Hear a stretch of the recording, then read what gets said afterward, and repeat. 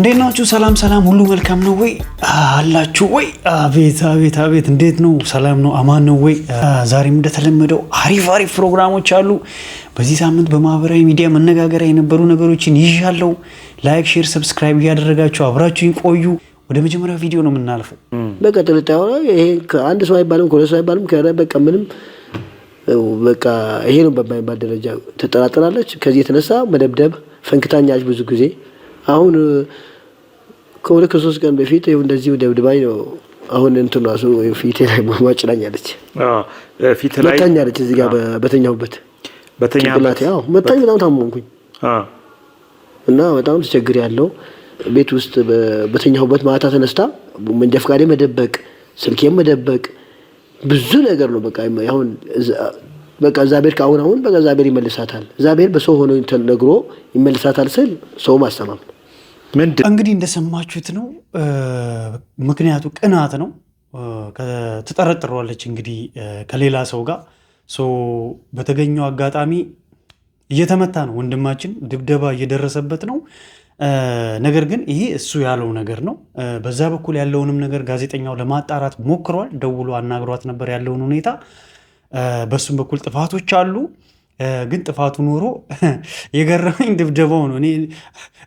ኤኒዌይስ ብቻ ምንድነው ጥፋቱ የሚለውን ከራሱ አንደበት እንስማ። 3 ቀን 4 ቀን 5 ቀን ውጭ አድሮ ይመጣል አለች። ውጭ አድሮ ትመጣለህ?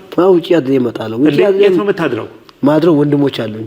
የማን ወንድሞች? የኔ ወንድሞች አሉ። እንዴ አንተ ወንድሞች ጋር ለምን የምታድረው? ቤት አለ አይደል እንዴ? ቤት አሁን ቤት ያለው ቤት ውስጥ በማድርበት ሰዓት እሷ እንግዲህ ምንድነው የምታደርገው ስለማታውቅ ተነስታ ለመግደል የሚሞክር ጊዜ አለ። ባለማወቋ ማለት እሷ አታውቅም። ስለምደበድበ ነው ውጭ የምታደርገው? ትደበድበኛለች። አሁን በቅርቡ ይኸው ፈንክታኛለች። ስለዚህ ስለምደበድበ ነው ውጭ እያደረካለው። እንግዲህ እንደሰማችሁት ነው። ውጭ 3-4 ቀን አድሮ ይመጣል። ስለዚህ በዚህ ጉዳይ ጸብ ይነሳል። በኋላ እየተደበደበ ያለው ራሱ ነው። ራስን ለመጠበቅ ካልሆነ ወይ ትንሽ ዳምፔል ምናምን ሞክር ነው የኔ ምክር። ኤኒዌይስ ብቻ ግን ምንድነው አንተም 3-4 ቀን ውጭ ማደርህን ተው እና በመጨረሻ ያስተላለፈው መልእክት ለሚስቱ ትንሽ ልብ ይነካል። እንስማው ምን እንዳላት። እሺ ሚስቴ ነሽ፣ እዛ ቤት ስጠኝ፣ ሚስቴ ነሽ፣ ወድሻለሁ፣ አትምቺኝ፣ በቃ ሰንዝሪብኝ፣ በንግግር እንፍታው ነገሮች ሁሉ። ማንም ሰው ደግሞ ይጣላል። አትሰንዝሪብኝ ነው ያለው። እባክሽ አትሰንዝሪበት ነው የኔ መልእክት። ወደ ቀጣዩ ቪዲዮ እንሂድ። ፍትህ ለወንድ ልጅ። የወንድ ልጅ ፍዳ መወሳት ባለበት ልክ አልተወሳም። ጥንት ወንድ ልጅ ሲወለድ 3 ጥይት ያስተኩስ ነበር። አሁን ግን ልብሱን የሚያስተኩስ ወንድ እንኳን ብርቅ ሆኗል። ሰውነቱ ሞላ ያለ ወንድ በመለስ ጊዜ የቀረ ይመስለኛል። ጥንት እናቶቻችን ወንድ ልጆቻቸው ጠጉር ሲያጎፍሩ አንድኛህን ሰውነትህን መጥምጦ የበለው እኮ ይሄ ነው፣ ምን እንደምትከለውን ነው ዝብ ይመለስ እያሉ ሙልጭ አርገው ይላጫቸው ነበር። ዘንድሮ ግን በመመረጥ እንጂ በመመለጥ የሚመጣ ሰውነት የለም። የሆነው ሆኖ ወንድ ልጅ ግምኛ ተበድሏል። ተፈጥሮ ሴትን እንዲጨከንባትም እንዲታዘንላትም አርጋ ስትሰራት ለወንድ ልጅ ግን ይታዘንለት ዘንድ አልፈቀደችም። ወንድ ልጅ በሴት ተጣልቶ ይሞታል። ወንድ ልጅ ዘመቻ ሄዶ ይሞታል። እውነት ነው። ወንድ ልጅ ሰክሮ ጉድጓድ ውስጥ በመግባት ይሞታል። ይሄም እውነት ነው። ወንድ ልጅ የሞት ፍርድ ተፈርዶበት ይሞታል። ይሄም ወንድ ልጅ በቁሙ ይሞታል። ከነዚህ ሁሉ በአንዱ ባይሞት ያለፈለት ቀን ግምኛ ሲጎርስ ታንቆ መሞቱ አይቀርም። ብርና ወንድ ልጅ የትም ነው ሀገሩ የሚለው አባባል ራሱ ብር ያለው ወንድ ልጅ የትም ነው ሀገሩ ተብሎ መስተካከል አለበት። ወንድ ልጅ ብር ተሌለው እንኳን ሴት በሽተኛ የሚጠይቅበት ሞራል የለውም። እኔም ዛሬም ነገም እላለሁ ፍትህ ለወንድ ልጅ፣ ፍትህ ለወንድ ልጅ። እንግዲህ ባለፈው በሰራሁት ቪዲዮ ላይ አይታችሁት ከሆነ ብዙ ወንዶች ሲያለቅሱ አሳይቻችኋለሁ። አፈቀርኩ፣ ሞትኩኝ፣ ጥላኝ ሄደች ምናምን በሚል ማለት ነው። እና በረኪና ጠጣለሁ፣ ራሴን አጠፋለሁ ያላሉት ነገር አልነበረም። እንግዲህ አላወኩም፣ አዲስ ነገር የመጣ ይመስለኛል።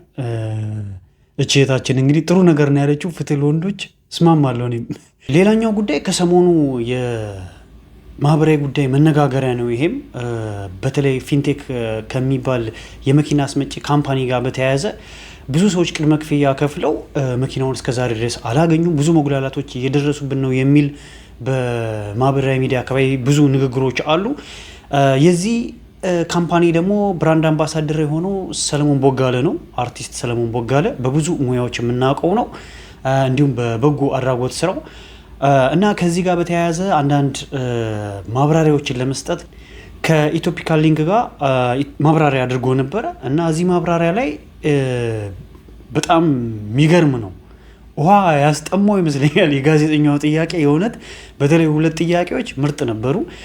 አንደኛው ከዚህ ከፌንቴክ ጋር ተያይዞ የቀረበለት ጥያቄ ነው። ሁለተኛው ጥያቄ ደግሞ ከህብረት ለበጎ ከተሰኘው የሰለሞን ቦጋለ ካቋቋመው ግብረሰናይ ድርጅት ጋር በተያያዙ ጥያቄዎች ጠይቆት ነበረ። ለጥያቄዎቹ ግን ምን መልስ ሰጠ የሚለውን እናዳምጥ። ምንድን ነው ያለ የስራ ግንኙነት ከፊንቴክ ጋር? እንግዲህ ከፊንቴክ ጋር እንደ ተቋም አንድ ተቋም ከዚህ በፊትም እኔ ለመኪና ካምፓኒ ሰርቻለሁ 5 ዓመት። ልክ እንደዛ አንድ ካምፓኒ ነው፣ ተቋም ነው ጠራኝ። እዚህ ካምፓኒ አምባሳደር ትሆንልናል አሉኝ። ፊንቴክ ይባላል። ሄድኩኝ። እንግዲህ ውል ቀርቦልኝ አውርቼ ያውም በትልቁ ምንድን ነው ማህበረሰብን አገለግላለሁ።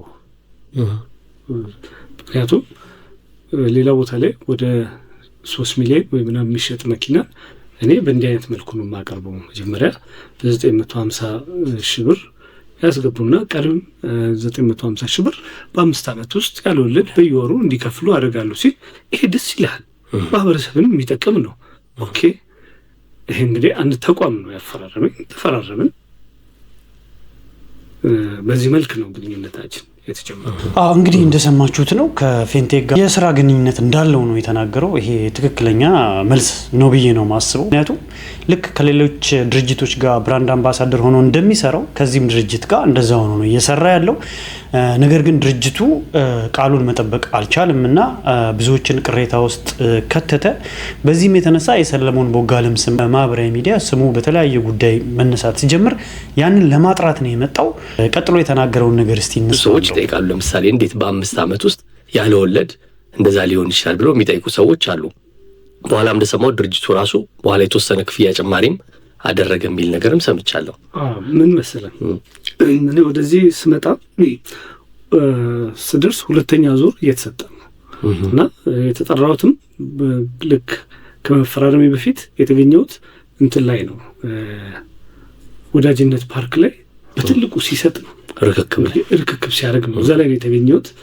ትልልቅ የመንግስት ባለስልጣናት፣ ታዋቂ ሰዎች፣ ከዚህ በፊት የተሰጣቸው ሰዎች ሲመሰክሩ ምናምን አይቻለሁ።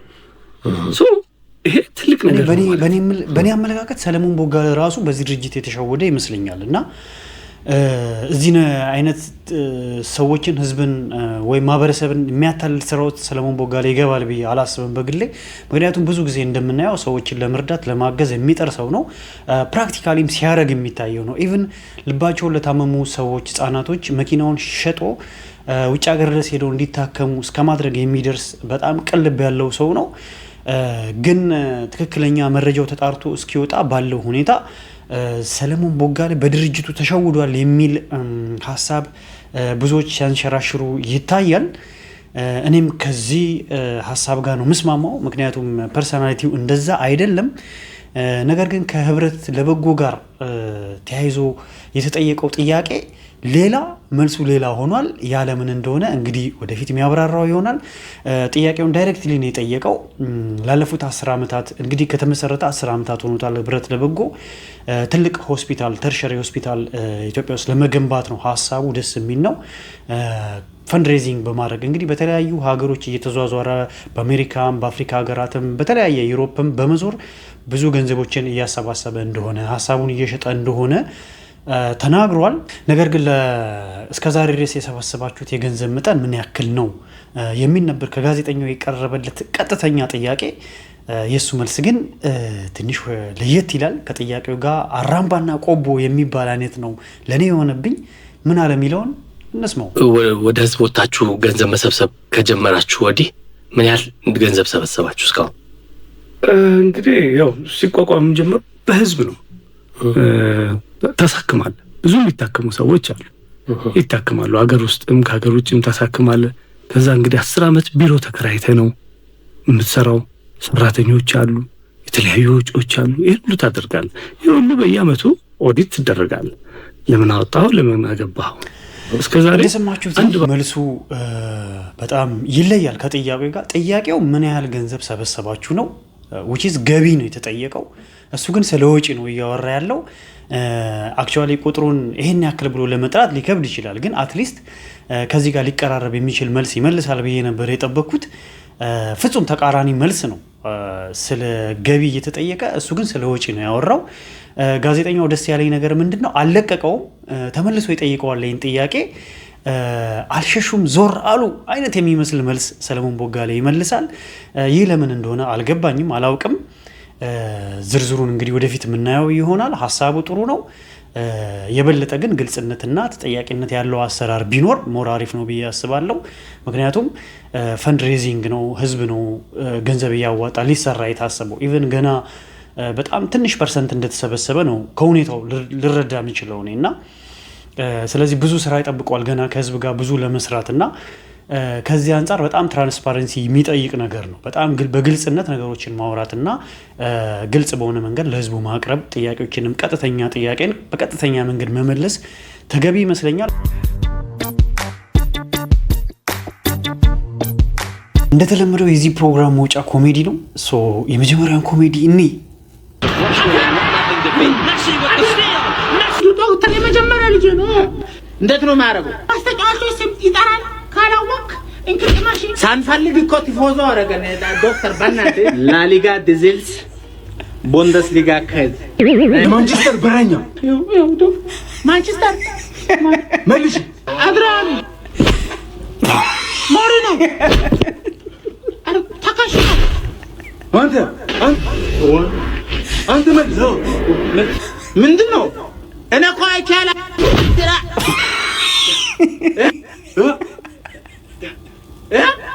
ማንቸስተር በረኛ ድሮግባ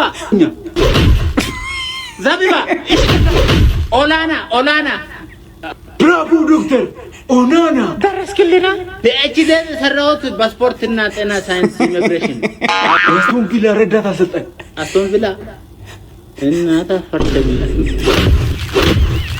አብደላ የበላነውን ብላ በኤችዲ ተጠቀምኩ ብላ ምን አስቶን ቪላ ነው አልካ ማንደላ አስመላ እሺ አረ ማላ አረ ቢያንስ ረፍት እንውጣቆ አረ ያሲኑ ትችላለህ የሌለ በቃ አንተ በስባ ጨርሰናል አይደል? አዎ ጨርሰናል። ይሄው ምንድነው እንዴ ሙሉ ነው ቁረጣ ጫፍ የለውም እኮ በጣም ትንሽ ነው። እሱ ራሱ አይደለም ለሞራል ነው የሰጠው። ቆይ ከዚህ በፊት ገርዘህ ታውቃለህ? አይ እንግዲህ ዶክተር እኮ ነኝ ታውቃለህ ወይ? አላውቅም። ወይ አሁን እሺ ሚስቴ ምንድነው የምላት? አትጨናነቅ፣ ከዚህ በኋላ ሚስት አይኖርም። ሽንቴንስ እንዴት ልሸናል? ራቅ አድርገህ ይዘኸው ስቀልድ ነው። ቁም ነገር ስለሆነ ሳቅ ልጫር ብዬ ነው። ቁጢጥ ብለህ ሞክረዋ። ምን እንደ ሴቶቹ ምንድነው ችግር? ተረጋጊ እንጂ ሲስተር ማን ነው ወንድሜ? በቃ ልጅ ብላ ልወልድ ነው ማለት እሱ ማትበል መውለድማ ትችላለህ። በምን ደግሞ ወልዶ ባዶ እኮ ነው። ይውልድ ማጠን አለኝ ትፈልጋለህ? ጨርሰናል አይደል? አዎ ጨርሰናል። ልጅ በእናታችሁ ይሄኔ መሰለ ልጅ ነው የማትሸልሙት ቲክቶክ አዋርድ ምናምን የምትሉ ሰዎች ቆይ ኧረ በጣም ይችላል። በስመ አብ ኮሜዲ የተስፋዬ ካሳ ምትክ ተገኝቷል። የእውነት በጣም ጎበዝ ነው በጣም። እስቲ እንቀጥል ደግሞ ሰላም እንትን ይኖራል እንትን ገብቶኛል። ይኸው አመሰግናለሁ። ፒስ ነው ብራዘር። ጣፋጭ ኮንዶ ማለት ፍሌቨር ኮንዶ ማለት እሺ። የዘይቱን ጣም ስጠኝ። ይቅርታ የዘይቱን ጣም እሺ። በቃ የአቮካዶ ጣም ስጠኝ። የአቮካዶ እሺ። የሎሚስ አይ ሎሚ እንኳን ይቅርብኝ። እኔ ይቆመጥጠኛል። በቃ እሺ። የቁልቋል ጣም ስጠኝ። እሺ። ስፔስስ የሌሉ ብስቤት ከሆነ የፈለከው እዛ ጋር አለ። እሺ። ታዲያ የምን ጣም ነው ያለው? የቡና የእርጋ ጨፌ ነው። አሬ ልጅ ወናዛችሁ እንግዲህ ለዛሬ የነበረኝ ፕሮግራም ይህን ይመስላል። ላይክ፣ ሼር፣ ሰብስክራይብ እያደረጋችሁ ኔክስት በሌላ ቪዲዮ እንገናኛለን። ይመቻችሁ።